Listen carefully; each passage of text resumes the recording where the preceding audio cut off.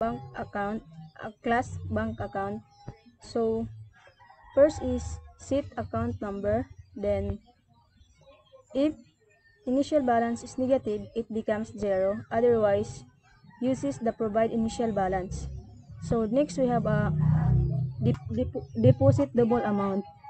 First, add money to the balance, then only work if the amount is positive. Then next we have a withdraw. Withdraw double amount. Deduct money only if the amount is positive, balance is enough. Then we have a public double get balance. So return the current balance. Then nga di sa public class bank account GUI extends GPRIM. Creates the entire GUI window.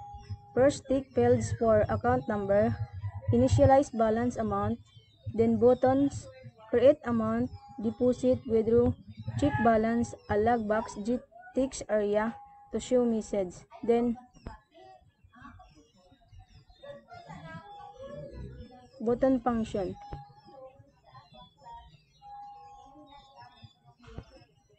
Sa button function, create account, read account number plus initialize, create a new bank account object, show account create in the log. Then, sa deposit, check if the account exists.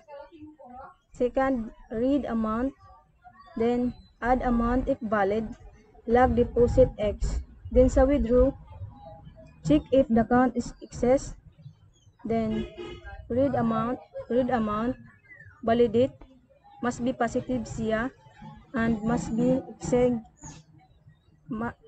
not exceed balance, then log withdraw X or error. Then check the balance, then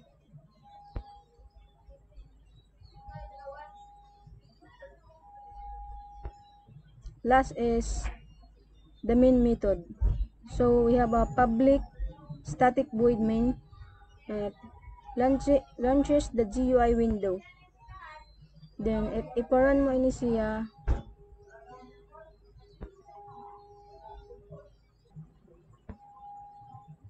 So ngani mag-add ka na number.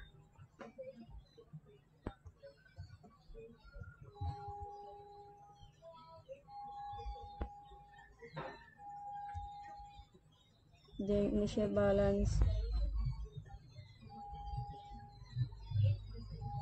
Then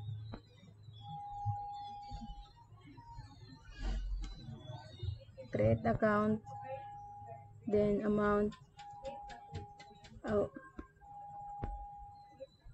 then i-check balance, then amount,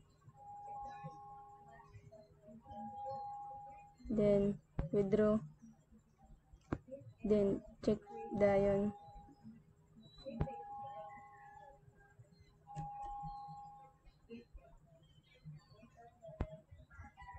Deposit, check balance.